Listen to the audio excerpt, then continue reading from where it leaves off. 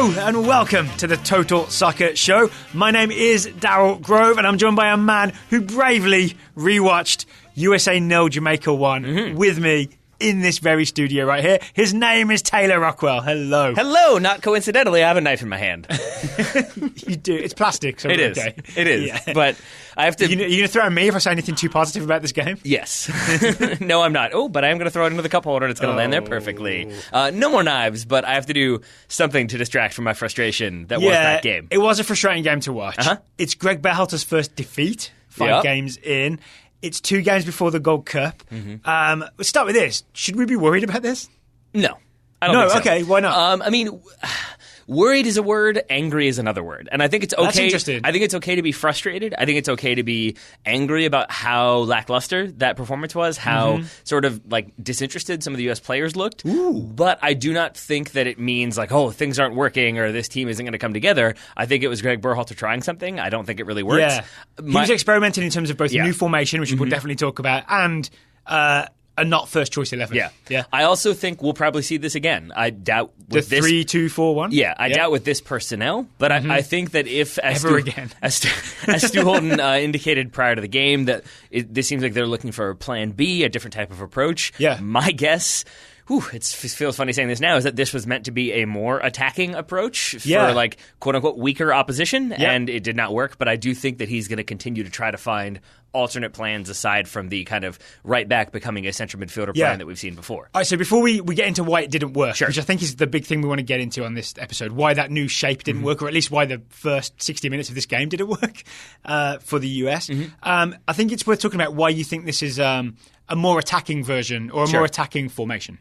I mean, because I think it's basically when the United States does the, 4-2-3-1 becoming a 3-2-4-1 or whatever it is? 4-3-3 becoming a 3-2-4-1. There we go. Thank you. That's the better way to put it.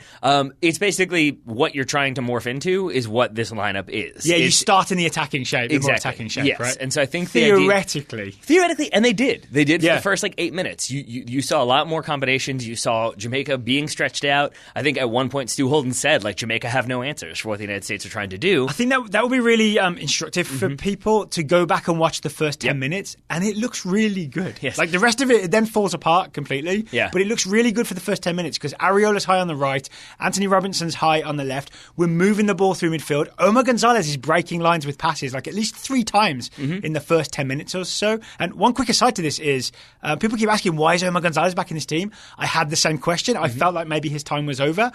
I think he's a much better line-breaking passer than I've ever given him credit for, and we saw him do it for the first 10 minutes of this game. Yes. I feel very uncomfortable agreeing with that and praising Omar Gonzalez, but yes, I would agree. I'm ready for a fresh start with Omar Gonzalez, genuinely, because I think it wasn't a thing he was asked to do in the previous regimes. He was more told just give the ball to Michael Bradley and go away. Let someone else do all the possession. I think that's fair. And I think that when new era, new Omar. Yes. And when he had players wide to spread Jamaica out, so that there were options in the middle, and then players Ariola checking and Robinson. in. And players checking in and moving, then he could find those passes. I think once the United States got a bit more stagnant, those passes went away. And to be honest, I blame Sweden. It's Sweden's fault for all this. Why is it Sweden? Because we were finishing up our Group F preview, Sweden being the last team we previewed. So we came into this game 10 minutes late, and it was basically to begin with, we turned on the game. And then 10 seconds later is when I think Mihailovic was dispossessed, and then Jamaica had the shot from midfield that almost beat Zach Steffen. Oh, yeah, it's a long-range chip that was, over the bar, right? It beat Zach Steffen, but it beat the goal as well. Exactly. But so I feel like we jinxed it, but I don't want to blame us, so instead I'm going to blame Sweden for making us jinx it by tuning in late. Group F preview for the Women's World Cup will be published soon. Fair enough. Yeah,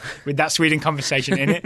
But I actually think that is, I think you correctly, when we rewatched, pinpointed this as the key moment, I believe, because Mihailovic essentially gets muscled off the ball because he sort of receives it, doesn't turn, takes a couple touches. Jamaica are suddenly on him, dispossess him, and they're able to have that chip shot from distance. And I want to say, isn't it a couple of minutes later is when Zach Steffen tries to play out of the back and just gives it straight to a Jamaican player? He's looking for Jackson Yule, but just doesn't even get past the guy in front of him. It genuinely may have been off the goal kick from that shot that he tried to play it short. He plays it short, he gets it back, and then I think he tried to play it out again, and it gets cut out. Yeah. And I think, if you don't mind me stealing your point, I think the turning point in this entire game is Jamaica realised, these guys aren't very tough. Yeah. When they're taking all their fancy touches in midfield and receiving the ball, we can just step into them, dispossess them, and here we go. And I think that's where the trouble started. I would agree with that. I would add a little bit or change that a little bit to I think just before it, the United States had a good shooting chance. I think it was when there was the combination and Areola gets the ball back out wide. Areola's quick ball to Roldan. Roldan slipped in down the wing. Areola crosses it. Josh Sargent's head, glancing header, could have gone in the top left corner. It just didn't. Yeah, it didn't. But I think after maybe a minute later, Jamaica get a goal kick and Andre Blake doesn't take it. He takes his time slowing it down. Well, he has a chat, doesn't he? He has a chat with his team. I doubt it was him, though, because I can't imagine that one goalkeeper stopping to chat for 15 seconds would do it. Yeah. But it is around that time that I think the message that's relayed to Jamaica is they're giving them too much time. They're letting the United States have too much time on the ball, and they're backing off too much and trying to block off passing options. Because they're letting the US pass it into midfield. Yep. So Trapp can get a touch, and Yule can get a touch, and then Mihailovic and Roldan can get a touch. And when you do that, you've moved the ball forward a little bit, and then Areola and Robinson can go high, right and left. Then Jamaica is stretched out. And that's why that Roldan Areola combination is able to happen down the right wing. But if you just start hitting the US hard in central midfield so you can't go in there, suddenly you can't do that. You can't progress the ball like that. Areola and Robinson start coming deep, essentially, right? Yeah, I mean, I think of it almost as if you did a time lapse of the tide.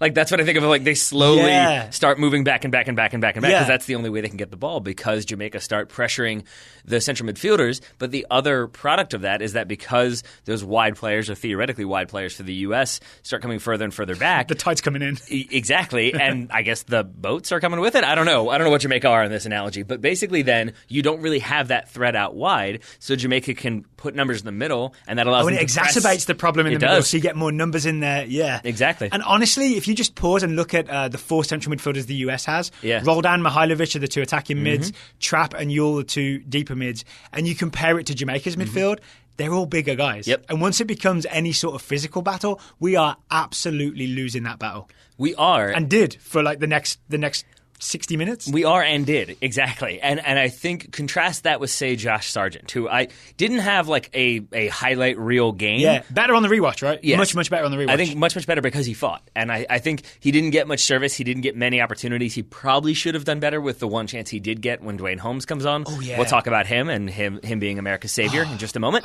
But I think that aside from Josh Sargent really battling for every loose ball and putting in challenges and making Jamaican players uncomfortable, I'm with you that I think what happened is basically the American midfielders tried to just get rid of the ball as quickly as they could.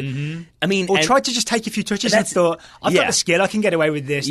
This guy plays in the USL. No, this guy's going to knock you over. It's a strange thing because you're right. Tried to get rid of it as quickly as they could is the wrong way to put it. But it sort of is it became more of a you take it. I don't want to get caught. So instead of it would be too many touches on the ball, or it would just be I don't want the ball, you take it. I'm going to get rid of it, and then it'll be your fault. And that's why not necessarily why, but I feel like that coincides with when we just started having lots and lots of turnovers that did not need to happen. I mean, there's Will Trapp, especially having a lot of uncharacteristic giveaways. There's one where he goes to pass the ball to clear it, and he has players open, and he passes it 20 yards straight to a Jamaican player. And that's just not a thing that we usually see from Will Trapp or from the rest of the United States. And that's where it's not necessarily a lack of effort. I said that in the beginning. It's not a lack of effort there, but I think as the game progresses, you can see the heads go down, and you could see Will Trapp has a bad pass, and it's just sort of oh well, and you can sort of see the shoulder shrug from a lot of the different players in that game that it felt this game just isn't really going our way, and that's the way it is, and you didn't see a lot of that fight and determination that you did see from Jamaica. And here's where I would blame Greg Berhalter. Sure. I kind of feel like he picked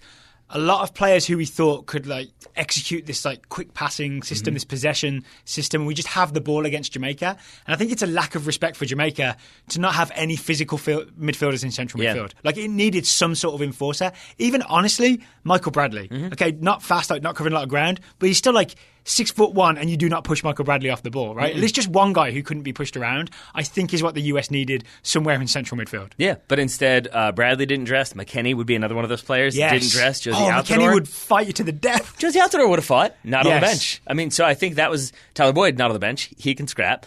He's not necessarily the biggest dude, but I want to talk about Tyler Boyd maybe later and why he didn't dress. That works interesting. For me. Yeah, that works for me. We expected to see him, right? Yeah, but I think the United States was definitely missing a little bit of that steal. I do think I think this is your point, so we'll just rotate points back and forth. That I think at halftime we'll steal each other's points. Yeah, I think at halftime part of the talk, at least, because it didn't seem like there was a big change in terms of approach, in terms of formation. I think a lot of identical second half. I think it was a lot of Berhalter saying, like, I need to see more from you all. I need you to pick it up. Yeah, and so you saw it in moments, I don't think in the best possible way. Like, you saw Georgi Mihailovic at one point get dispossessed. He fights to win the ball back, sort of. He ends up fouling. I would say it's a kind of petulant foul. Yeah. But I think that was him trying to show that fight and to show that effort. He just doesn't have the frame. No. Honest, right? He hasn't filled out yet. He only just left his parents' home. Apparently. He only just moved out. Yeah, that wasn't the amusing story that John Strong thought it was. I think maybe in a different context. If he'd been running the show and playing beautiful passes and being the creative midfielder that we want him to be, it's a cute story. Yeah. When he's being knocked around and being dispossessed multiple times for being too small, it suddenly takes on a different tone. Yeah, and the story we're talking about was one told by John Strong that basically, I guess, he was trying to follow the nutrition plan that maybe, I'm assuming, the Fire wanted him to, and he realized living at home wasn't doing that, so he moved out. And now I guess he can. Parents terrible cooks. Well, maybe, but it was also like that's a story that you tell maybe if it's like a 16-year-old who's like trying to become a professional and they are like starting every game. Not a 20-year-old. that's a little different. that's a little bit different. And I do think though you're right that maybe in a different context that's a better story. Yeah. But on an evening where I thought there were moments when Mihailovic looked a little bit petulant and looked a little bit like frustrated that things weren't going his way. There were a lot of times where I think he thought he got the foul. There's one really specific moment where I actually think he is fouled, but he goes down. 14th minute, he grabs the ball. So this is just after it had started, right? Jamaica had sort of realised, we can kick these guys, we can boss these guys around, we can outmuscle them. He goes down after being fouled and grabs the ball. He gets called for handball. Yeah. And I think you've got to sort of read the referee as well, right? I think at some point the US should have realised this referee kind of isn't given a lot, right? Which you could moan about the referee and complain, but sometimes that happens. Sometimes there's a ref that lets stuff go. You've got to be sort of big enough and strong enough to be able to battle against the opposition. Yeah, and I would say then contrast that with later on in the game and like the early 70s minute that like after he has the shot that he doesn't hit cleanly. It goes Mihailovic? Yeah, it goes back to Mihailovic. He gets it at the top of the box. He dribbles in, and one of the Jamaican players basically just puts an arm on his shoulder, and he goes down, and he looks for the penalty. And it wasn't enough to actually send him down, right? No, it certainly wasn't, but it was also not the response you would have wanted to see from a player who like thought he got the foul, didn't get the foul. You would have expected a little bit of a fight back, and instead it was more of a, like, can I have the penalty instead? So later, we're going to talk maybe who played themselves off of the Gold Cup roster. I think we might have to be mentioning Mihailovic's name in there. I think we might. There's some other guys as well, though. We've also got the Jamaican goal to talk about. We kind of have to break that down. Sure. Unfortunately, we do. But I think there's a lot to think about there in terms of the US setup. So stick around and listen. But first, today's show is sponsored by Roughneck Scarves. Did you just strangle yourself with an imaginary scarf? I was miming scarf to let you know which ad is coming. There we are. Because we hadn't agreed which ad would come first. But you know what? You decided, and I like it. Yeah. See, that's what the United States needs. Decisive action as to when the advertisements are going to come. Daryl's there. Get him in that lineup. And someone at least 6 feet tall. Also that, too. Also that. Yes. So the last game I played, I got a yellow card for knocking someone over. The US maybe could have done with that in midfield. Maybe it could have. Take note, fellas. But yes, Roughneck Scarves, the official scarf provider of the US Soccer Federation, Major League Soccer, USL, and the NCAA, as well as the Total Soccer Show. The Total Soccer Show Hello and Welcome scarf, available for purchase. Because we're as big as those other organisations. Pretty much the same, I think. On the Roughneck site, we are. 100%. Brilliant. That's now my new favourite thing about Roughneck Scarves. Yes. So maybe if you want to show your support for a U.S. national team, not necessarily the one you saw this evening, but maybe... You think it's a hard sell right now after watching that game? Maybe a little bit. Yeah. Maybe a little bit. But you could maybe, we see a stronger team in the Gold Cup. You could support them that way. Or you could buy one for the U.S. women's national team to support them as they enter World Cup play. You could do that, too, because Roughneck Scarves has a variety of options. And as I always go back to... A smorgasbord of U.S. soccer scarves. And they've got the lightweight. So it is going to be hot this summer. It's going to be hot for the Gold Cup. It's going to be hot in France. You can get the lightweight one to keep you comfortable. All right. What if I like it, but I wanted to pay a lightweight price as well? I have no idea what you could do. Just kidding. I know exactly what you could do. You could use the Total Soccer Show discount code, which is Daryl Grove. Total Soccer Show. You could use the discount I hope no one code. thinks that the code is Daryl Grove. It might be. The promo code is what is it, Daryl Grove. Yeah. That's the promo code. No, the promo code is Total Soccer Show to get 20% off your Roughneck Scarf order. Any scarf you see at roughneckscarves.com, you'll get 20% off. Link will be in the show notes, as will the discount code, just in case you think it's Daryl Grove. It's not. It's Total Soccer Show. I'm going to put Daryl Grove in there as a discount code because I'm doing the show notes. All right, let's talk about this Jamaican goal. Okay. It is scored by... Shamar Nicholson. Thank you. And it is Will Trapp that gives the ball away, right? Yes, it is. It really is. So Will Trapp gives the ball away to Kevin Lambert. He is looking for one of those like line-breaking passes. You're bleeding two things together because it's actually Christian Roldan who gives the ball away. It's Will Trapp who almost gives the ball away. You're right. Yeah. So there's a trap ball to Roldan that's like across the top of the US's box that is almost intercepted. It's because he comes under immediate pressure, and I think again the Jamaica game plan, right? Exactly, and he doesn't really know what to do. And I genuinely think he sees in his peripheral vision there's a Christian Roldan shaped shirt over there, so he plays the ball more or less square to Christian Roldan, not seeing the Jamaican player who just barely misses getting a toe to it. And if that happens, if that player gets to it or is maybe a little bit faster or a little bit more like aware of what's happening, that ball is one touch and then a shot, and it's probably in the back of the net. Yeah, and instead they don't score for at least another 10 seconds. So Roldan receives it. He actually has a really nice first touch to get himself out of pressure. It's one of the things I like about Roldan. It's a really good touch, get himself out of pressure. He looks up, and we think he's trying to find Josh Sargent, right? He might be trying to find Mihailovic. That was the open player. But instead, he hits it directly to Kevin Lambert. Yes. Yeah? Yeah, I mean, and then... Phoenix Rising in the USL. Yep. And then Kevin Lambert, not necessarily rapidly, but gets the ball under control, plays it forward to Shamar Nicholson, who is one-on-one with Will Trapp about 25 yards from goal. Yep. And it's to your point earlier about Will Trapp not really being a defensive midfielder, it's like a quick cut to the inside, a quick cut back, and a shot, and that's all it is. It's like cut to the right, cut to the left, extra touch with the right foot, and suddenly you've created...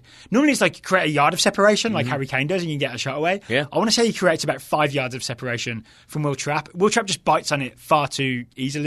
Sort of showing I'm not a defensive midfielder. And the thing I keep thinking is, if that was Tyler Adams, if that was Weston McKennie, maybe even if that was Michael Bradley, they are not biting on that. They are closing that down. And flipping that around for a moment, if that were a Jamaican player, I don't think that even if they do bite, I don't think they're giving up or not even giving up, but not necessarily putting in as much effort. And you could see again with Will Trapp that as soon as that cutback happens, it's a little bit of that like, as long as I don't get beat, then I'm not at fault. We've talked about this before where sometimes like the defender will let the cross go in as long as they don't get beat one-on-one in a foot race. Then it sort of is like, hey, that's the defender's job to defend that cross. I'm just here to make sure I don't get beat. You guys had that away. And that's a little bit what this felt like, is sort of, okay, as long as they keep in front of me, if he shoots from distance, he'll probably put it over the bar. But in this case, he puts it in the back corner. He did keep him in front, right? But he opened space by going, Nicholson opened space by going sort of laterally away from Trapp. So he never goes beyond Trapp. Nope. And it's a great shot. It's a great shot. But so was the Trinidad shot from Jones that beat us, right? So maybe we should stop letting people shoot from, like, not even distance, like 30 yards away. We should stop that happening. I hope that's in Greg Berhalter's post-game notes. Maybe don't let them score, if at all possible. Any blame on Zach Steffen for this? I don't have any from watching it. I don't. Not from what I could see from the replays and the angles. I think he's also maybe forgiven a little bit for not expecting that shot to come when it did, or how it did, because the United States probably should have retained the ball. So I think he's probably also worried about all the other runs that are happening, all the other buildup of Jamaican players around the top of the box. Yeah. And so probably trying to kind of pay attention to those, wait for a cross. Maybe there's a through ball coming. He's trying to stay alert and aware, and then the shot comes. I don't really fault him, no. So one unfortunate thing about this goal is Greg Berhalter had just changed the shape directly before, right? He'd sort of seen enough of the 3-2-4-1, and he made two subs, right? Amon came on, and Nick Lima came on, and we went to like the regular Berhalter thing that we've come to expect for the first four games, the 4-3-3 that morphs when we get the ball forward. Nick Lima goes into central midfield, right? So it becomes a 3-2-4-1 again. You are correct. But with proper wingers, right? So the wingers are always high because you have fullbacks as well. There's a weird moment just before this goal happens when Nick Lima runs from right back to central midfield and then runs back as if he's kind of forgotten when he's supposed to do it. Yeah. And I don't think it actually contributes to the goal in any way. Like, there's no massive confusion caused by it. But it does suggest that maybe Nick Lima's not as drilled in that position as we thought. Well, the only... I think you're probably right. Because normally it's as we progress to around about the halfway line he's supposed to do that, right? Not when we have the ball or they have the ball at the top of our own 18. I would agree. I think maybe the only, extenuating circumstance could be that he thinks he's the one who's supposed to get that ball because it's Will Trapp playing it. Maybe he thinks, I'm supposed to get that ball. Christian Roldan is supposed to be further forward because he's supposed to be operating as the number 10. But I take your point that that's not really supposed to happen until the United States is firmly established possession further up the field. So I think he was a little confused for a second, but no fault really on the goal for Nick Lima.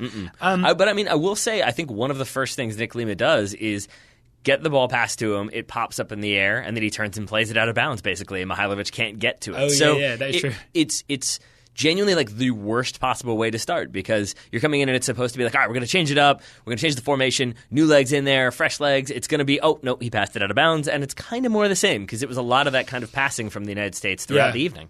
So is it fair to say maybe the formation change isn't the reason the goal happens? The reason the goal happens is the same old stuff about us just basically not being tough enough and not being able to play the ball through midfield correctly. I would say so. But also I think the formation change, because there is, after the Jamaica goal, there is like a good 25-minute spell where the US actually looks really good, and not really good, looks better and creates a load of chances. But I would argue that isn't the formation change so much as the Duane Holmes change. I would agree, except that I think you're forgetting that you're the same person who said with 12 minutes to go, it's nice to see that the United States can defend in a low block when they're down 1-0. Yeah, so there is also still an element of the United States backing off. And I think that's part of just like, we're just doing the thing that we're told to do. We're doing the system. And part of that is that we get a compact 4-4-2 and sit deep when the opposition has the ball. And I felt like that wasn't really... That's not what you should be doing when you're 1-0 down with 12 minutes to go. No, right? So there is that. I am frustrated with that because I think it was more about practicing the system than it was trying to equalise. But there is that moment of like Duane Holmes coming in and absolutely tearing this up for like 10 minutes. And I would argue it's because he adds some aggression. He's not even big, right? He's not a big dude, but he's an aggressive guy. He's an aggressive tackler.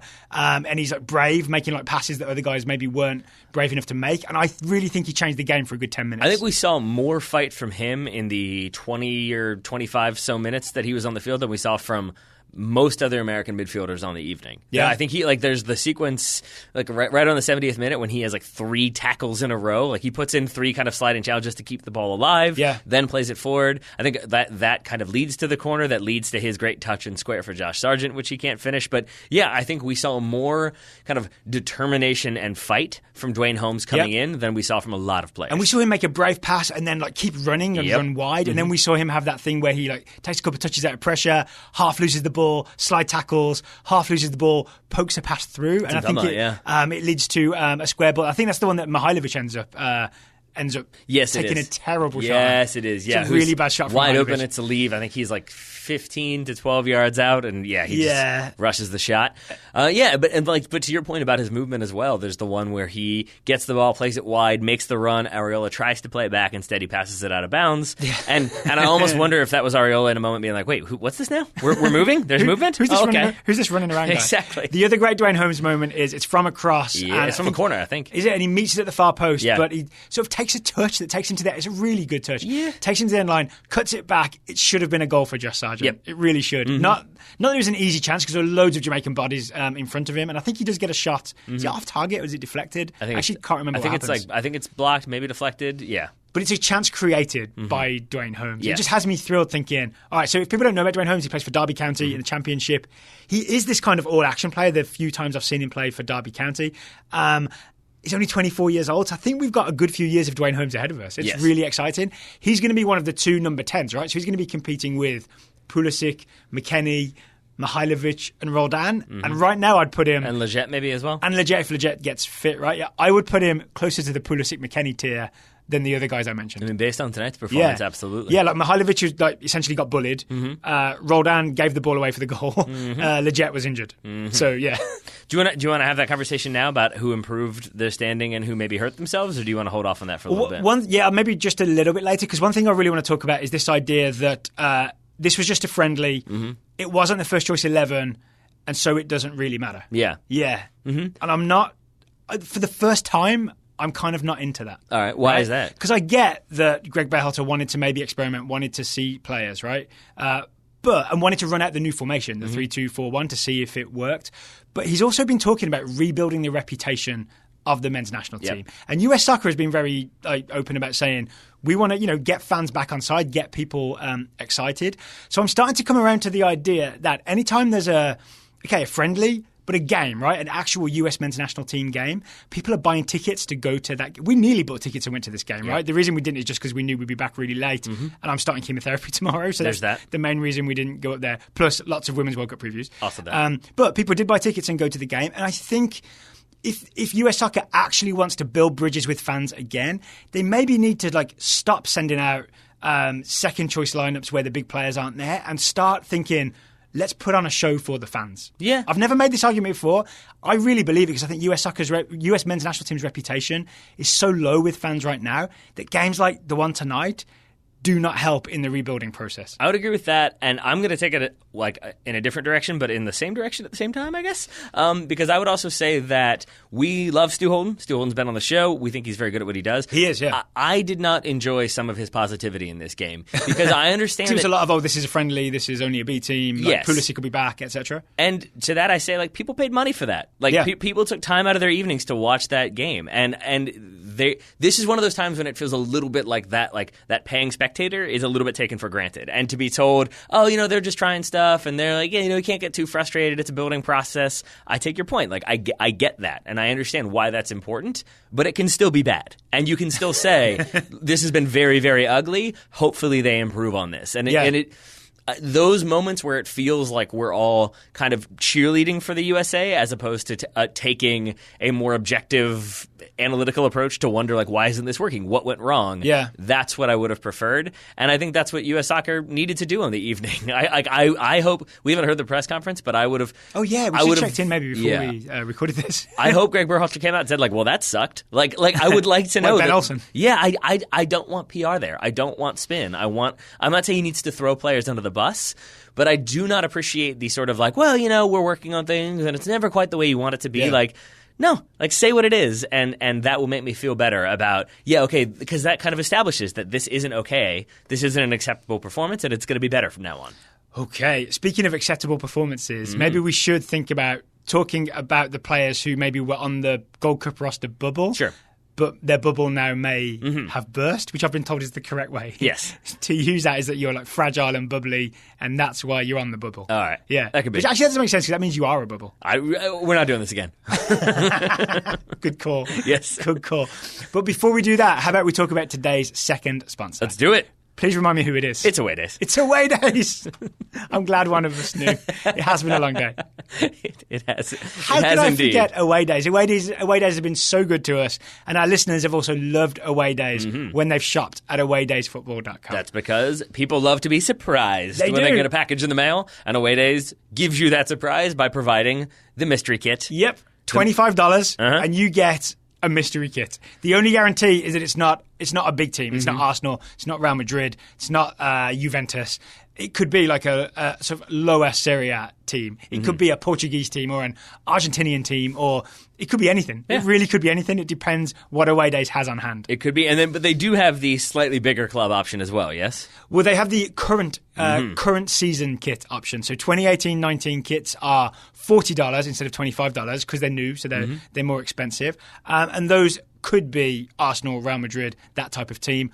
Unless you don't want it to be. There it is. You can leave a note saying, I'm a Spurs fan, please don't send me an Arsenal kit. Which is an okay thing to say. I think it's an okay distinction to draw. I'm a Manchester United or Everton fan, please don't send me a Champions League winners kit. Yeah, that would not be fun. I don't need that. And I feel like that was a little bit salt in the wounds from you, my friend. I don't appreciate that. Just a tiny bit. You know what I do appreciate? What's that? That Away Days makes it easy and even slightly cheaper to get their products, including their own custom products. They make beanies, which maybe isn't the best thing for, say, Depends June, July, August. If you live in Australia, I suppose that's true. But they've also got the nice, more designery soccer apparel, which I do appreciate. It's it is the perfect casual wear, but it's also, as I've said before, if you want to look a little bit fly on the way to a game, you're heading to a soccer game, you wear the nice designer shirt with the Away Days logo on it, the ball and the globe. We said this back in the day. Yeah, the ball and the globe slightly overlapping, a bit of a slight Venn diagram type thing. Yep. It's a really nice, simple but clever design. Yeah, the ball and the globe. It certainly is. So, if people want to take advantage of what Away Days has on offer, what can they do, Daryl? How can they do it? They can go to awaydaysfootball.com and pay full price. There it is. Or they can enter the discount code TSS at checkout. Better. That's better. Yeah. It's better. It's 15% better because you'll get 15% off with the discount code TSS at awaydaysfootball.com. Thank you very much to Away Days for sponsoring today's episode. One other little tiny thing I wanted to note before we move on to maybe talking about who helped themselves and who hurt themselves. Yeah. So I got a little ranty at the end there. I'm okay with that. I would say though that you do have to have these performances in order. You can't always be happy. You've got to have the kind of down moments because otherwise, if you're always happy, then you're never happy because it becomes your kind of uniform feeling. So these results are always going to occur. Greg Berhalter had to lose his first game eventually. Yeah. It's the response that we want to see, and it's the in-game response. We didn't necessarily see the in-game response we would have liked, so hopefully this is a learning game, and it's a learning experience for a lot of these players. Okay. And next time things did you aren't calm working, down during the ad? Is that what happened? No, it's just more so like, because that's the reality is to be totally honest, like I was very frustrated by the result. I was very frustrated by the performance. But I also, with these games, there's an element of like, okay, so what can we learn from this? What went wrong? That's why our initial approach to this was, why didn't it work? What were they trying to do? How do we learn from it? And you have to be able to have these games to learn from it to be better. I just hope that that's what happens. Okay, I actually have a question for you. Before we talk about like who like hurt their Gold Cup or helped their Gold Cup roster chances. Again, the roster submitted midnight tonight. So like an hour and a half after we from right now. Yep. It's 10:30 as we record this Eastern. 10:37 if you want to get all specific about it. I think the idea I want to talk about is the 3-2-4-1 formation. Like the idea of like maybe going with this like as a backup to the 4-3-3 or as an alternative to the 4-3-3.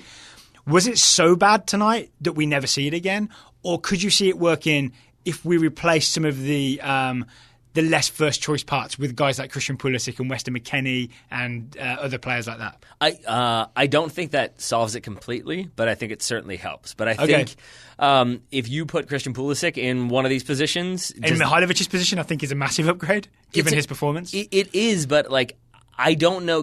Again, like I've said this before, like Christian Pulisic is not.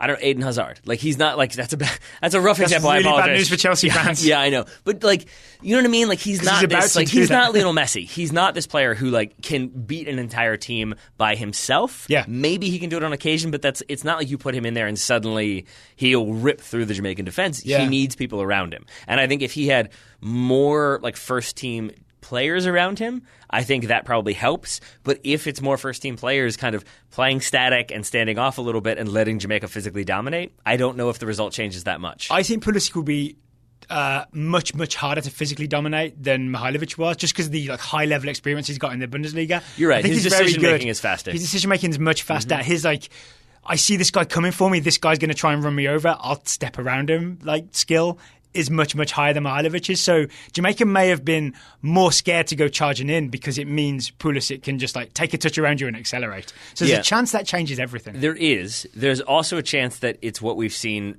on occasion from Pulisic in the U.S. with the U.S. national team before, which like, say against Honduras. He tries to play faster, and everybody else around him is sort of still playing slow, and he'll like work to get away from a player and lay it off, and then eventually gets frustrated and does try to take people on and gets fouled a whole bunch, and then gets even more frustrated.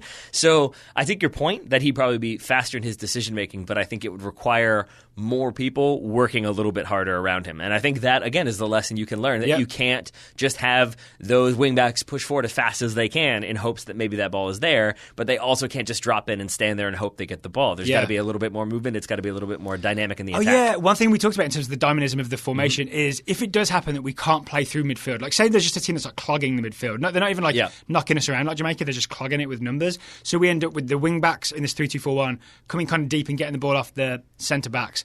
One of the problems we noticed in this game, especially in the first half, was then there was no width, like higher up the field, right? Which is what Berhalter wants.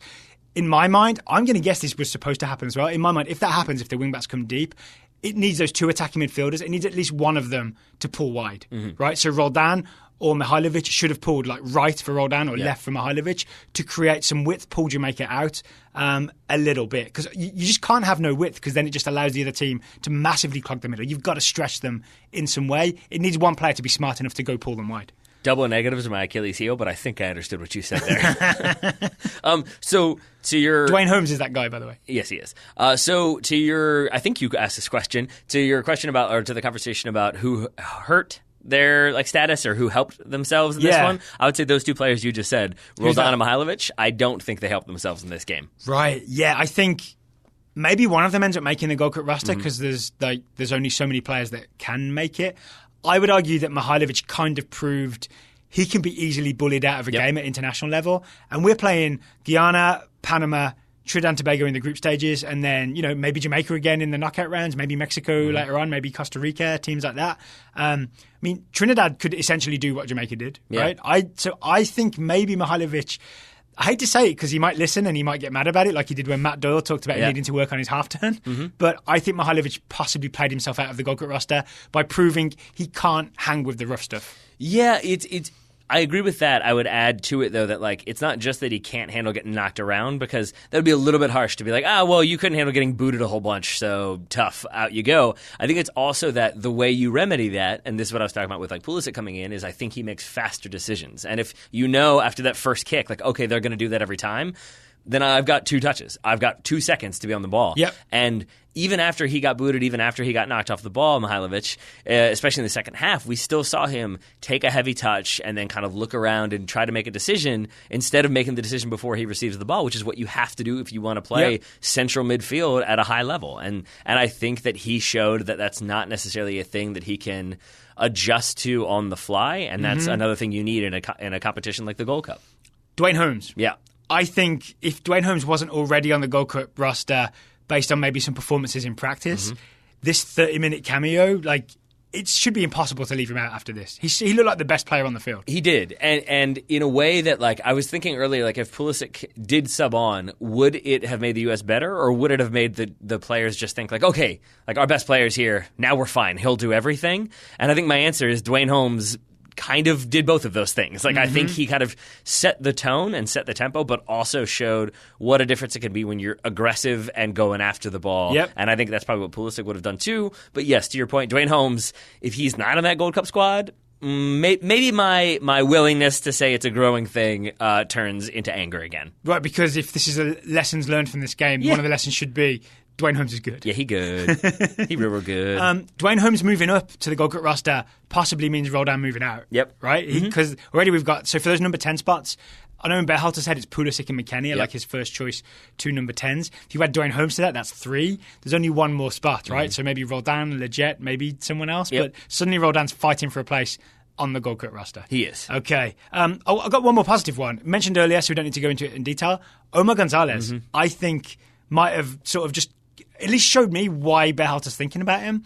I don't think there was much wrong with this performance. And I think when the US was doing well, there was a lot of Gonzalez playing through balls. I think he might have pushed himself a little closer to consideration. I don't disagree. Yeah. Which is People won't like it, right? No. It's a weird thing to say because we had a lot of questions about why is he in this squad? How does he still get chances? And I think you're absolutely right. We had our answer tonight. Playing centrally. And I do think maybe that made a difference, is not being on either side of the center back. I think that let him feel a little bit more in command. Yeah. But we did see him trying to play balls and trying to make some relatively risky passes and distribute well. And no mistakes, right? No mistakes that we know of? No own goals today? None bad enough that I remember them. Whereas I do think Matt Miazga and Tim Ream were a little looser in possession, a little sloppier in some of the passes that they made. So yeah, I think Omar Gonzalez probably further cemented his role. Not that I think it was necessarily in danger, because I think we said in our preview that even though we didn't have him in our starting 11, we kind of felt like maybe he was going to be in there. I think he's one of Berhalter's guys, right? He just trusts him and likes him, and that's why he's on the roster. He's also coming back to MLS, by the way. He's going to be signing with Toronto, or he's probably already signed. He's going to be joining very soon.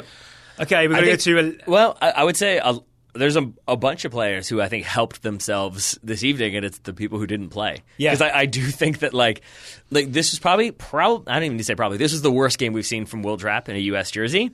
Like, I think Michael Bradley looks way better by comparison. Yeah. I mean, they both make the roster anyway, right? But maybe Bradley's now the confirmed starter. Exactly. In an important game. And we had that conversation about the goal, and we had it several other times when we were watching this game. The first go-round was like, does Bradley make that play? Does Bradley get in there and knock people off the ball? Does Bradley go in there and fight? I think he probably does. Yeah, he's at least physically bigger. Like I said, he's like 6'1". He's bigger than everyone else would have been, right? Yep. And actually, that's one more point I wanted to make about the 3-2-4-1. I think one of the problems is the 2 can't be just like passing midfielders like Trapp and Yule. One of them's got to be some sort of destroyer, or you're just in all kinds of trouble. Yes. Yeah. As we found out, right? Literally with the goal, Trapp, not good enough defensive midfielder, gets beat, goal, 1-0 Jamaica. Yeah. Yes, and I would say to your point about Jackson Ewell, I think he's definitely not making the Gold Cup roster. He's definitely not. He's not on the preliminary 40-man squad. There right? it is. This was this was just like, let's give you a cap, let's like give you some international experience because we like what you do. Exactly. But I think also maybe he comes away from this knowing that he's got to continue to raise his game if he wants to kind of be back in that consideration. Oh, yeah, you didn't particularly like his performance, right? I didn't see any mistakes.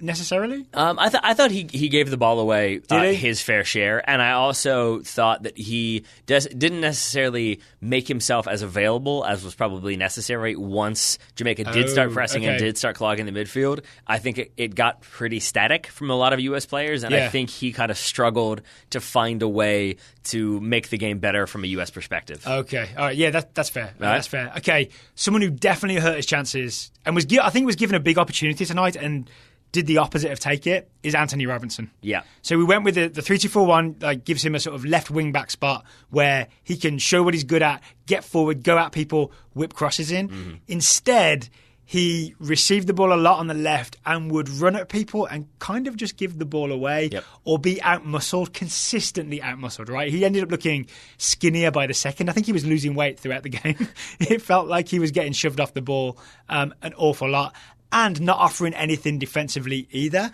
I don't think he had one successful moment in this game. I still think he could do the job of sliding in and being the other center back if we continue to do the thing where like Nick Lima goes into center midfield. Do you really? No, I'm just saying that to annoy you. I'm 100% saying that to annoy you. I've got to say, when we changed formations, there was a moment where he actually did that role. Right? Eventually, Lovitz replaced him. But your look of righteous indignation that you kind of fought to maintain was my favorite thing I've ever seen. I am shocked that we did that because I don't think he's capable of doing it. I don't think he should ever have been put in that position. I would have bet you more money than I could afford that he would never, ever, ever be put in that position. Yeah. And it was just part of the changeover between formations and eventually Lovitz came in, but I'm still shocked that it ever happened for even 10 minutes. Yeah, as am I. I am less shocked about that than I am about how not good he looked going forward. It was shocking. Yeah, right? I mean, he is better than that. And the one that really stands out was in the 55th minute. Had to check the notes. It's the one where Jackson Ewell gets the ball. The U.S. are on a counter, like a kind of a break a little bit, and Jackson Ewell plays the ball wide to Anthony Robinson. It's behind Robinson. Stu pointed that one out. So he has to slow down to get the ball, but he still has time to kind of take the ball, take a touch, pick a spot, and either drive it goal and then square it for a shot, or put in a good cross, and instead he floats one out of bounds. And my feeling is... He didn't hit one good cross, did he? That's why he's there, is to be an attacking presence and to kind of ping balls in and be a threat. Yeah. And instead, he felt like whatever the opposite of a threat is. Calming presence for Jamaica. I feel like he would have an opportunity to be one-on-one against... I can't remember who the right back was. It wasn't Kamal Lawrence, right? For Jamaica, Alvis Powell. Alvis Powell. He had moments when he was one-on-one with him and would try and do a move and push it past him, and Powell would just step across. Mm-hmm. He'd just step across, push him out the way. I forgot about that one. Yeah. I forgot about the one where he literally just kind of stands there and Anthony Robinson runs into him and he's like, okay, if that's what you want to do. And then there are other moments where I think, especially later on, before he gets pulled back into more defensive role, he would start to go at Powell, and you would almost see him lose his nerve and turn back and just pass it sideways instead. I'm sad now. So once a sort of overlapping fullback winger type person is too scared to take someone on, you've completely neutered him.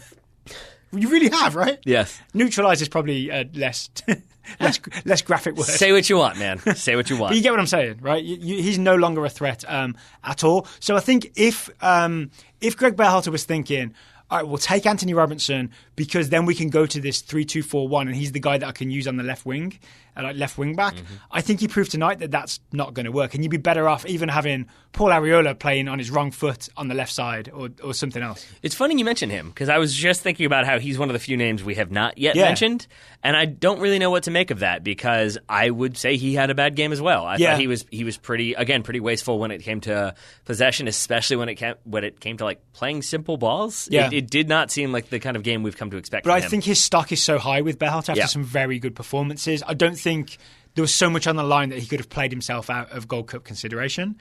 The one threat to him is Tyler Boyd. Yes. Tyler Boyd, who we talked about in the preview, one time switched from New Zealand, really pacey winger. I'm going to guess maybe fastest guy on the team once he's on the team properly. Pretty quick, yeah. He's very, very quick, very dangerous winger.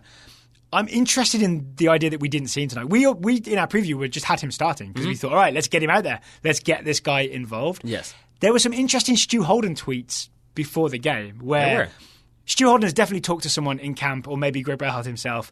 He knew that we were playing this 3-2-4-1 formation. He was calling this out an hour or 45 minutes before kickoff. Someone then asked him about Tyler Boyd. What do we make of his involvement? And Holden said... Or lack thereof, yeah. Or lack thereof. He said, safe to say I think he's already made the Gold Cup roster. Mm-hmm. Yeah. And that seemed to be said with some inside knowledge, yes. right? We can't guarantee that. But why would that happen? Is it just like Berhalter's now keeping Tyler Boyd as some sort of secret weapon that we don't want to reveal to anyone? Or was it like, we'll give Joe Zhao a go on the right wing against Jamaica, and that's his big chance, and Tyler Boyd maybe plays against Venezuela? I think that's a part of it. I think it certainly is that he wanted to, as John Strong and Stu Holden said, it felt like maybe there were 21 of the 23 roster spots were spoken for, so maybe there were a couple players in there who had a chance. Yeah. I also think, aside from that, it's an experimental formation. It's them doing something different. And maybe Greg Berhalter didn't want to throw in a new player to start in a new formation and see what happens. Because that's why Areola at least was on that side. Exactly. Yeah. And Duane Holmes doesn't come on. You don't ask him to play wing-back either, right? No, you don't. Yeah. But also Duane Holmes doesn't come on until the United States has switched into the kind of that more familiar formation that we've come to expect from Berhalter. So I think maybe that's it, is that he knows he's not going to use a sub on Tyler Boyd. He doesn't want to start Tyler Boyd as like a wing back in this experimental formation. Yeah. But wouldn't you agree that there is like a pre-planned or somewhat like preconceived idea that we're going to switch to that 4-3-3 type shape, and with that we're going to bring on wingers, right? We're going to add wingers to the equation, and the wingers on the bench were Jonathan Amon and Joe Zhao, and not Tyler Boyd. So maybe it's like maybe they had more to play for, whereas Tyler Boyd's already made it, so he has nothing to prove. So this was Amon and Zhao's chance to grab a roster spot. If this makes any sense, and it probably doesn't, I don't know if you're wrong, but I also don't know if that's true. I don't know if this was going to be always a 60th minute, we're going to change up the formation again, or if this was we came after the second half, it's been 15 minutes, this is still not working, I guess we have to change it. I think it's planned at some point because Amon and Zhao cannot play really in that 3-2-4-1, so they wouldn't be there at all if the plan was to stick with the wing-backs all the way through. I mean, that's just negative. Don't tell them what they can't do. It's also accurate. Yeah, right? it's probably fair. Yeah. That's probably fair. Someone may have asked Berhalter about this in the press conference. We just don't know. We recommend you go check. All right, so then here's my question for you. Yeah. What about Jonathan Amon? Because I would say that maybe this was hey, let's give Joe Zhao a couple minutes. It's near where he grew up. It's near his hometown. Yeah. So we'll get him some minutes. He'll miss control of the ball out of bounds. That will pretty much decide that one. Amon, he would have had to go lights out to make the Gold Cup roster, right? Joe Zhao was always a long shot. This game didn't help him make it. I don't think we see him on the Gold Cup roster. All right, so what about Jonathan Amon then? Because he comes in, I don't know. He didn't look great. He didn't look bad, I don't think. I didn't see a lot from Jonathan Amon. So I'm not really sure where I put him in the equation. It's a little bit like come see, come sa, right? There's like not great, not terrible. I don't know. It's really hard. I think maybe whatever Amon's done in practice is going to be more important than this game because it was so inconclusive, right? It's also probably fair to say that if you're deciding, basically, I feel like Jonathan Amon's like fate, such as it was, his Gold Cup fate was pretty much already sealed before this game kicked off. Because I think that if you're trying to decide a couple final roster spots, you start those players and see what they do in a starting situation. It's not, I'm going to throw him on with 10 minutes to go and see if he has an impact, and if so, then I'll put him on there. Mm-hmm. That might just be me spitballing because it's almost 11 o'clock and we've been here for a very long time. But yeah, that's my feeling is I think if Jonathan Amon is on the Gold Cup roster, he was on it before tonight, and if he's not, then he wasn't on it before tonight. I think it might be, even though he's on the preliminary roster, I think it's more like a Jackson Ewell situation. Mm-hmm. You know what I'm saying? Where it's just like, we'll give you a cap, but also you're going to end up playing for Jason Christ on the U23s pretty soon. Yeah. But here's like a little taste of that makes sense. First team camp. I actually think maybe someone like Jonathan Lewis is maybe at least as good a winger as Jonathan Amon. Lewis is at least left-footed as well. Amon, again, very right-footed on the left. Shout. That's a good shout. There is that going on. And Lewis has already provided 2 assists for Berhalter coming off the bench. He's the type of guy that I think has a good shot at making the roster because he's a Berhalter guy. Yes. Jonathan Lewis. I think so. Yeah. Again, didn't dress, wasn't involved in this game, but maybe he's already on the roster.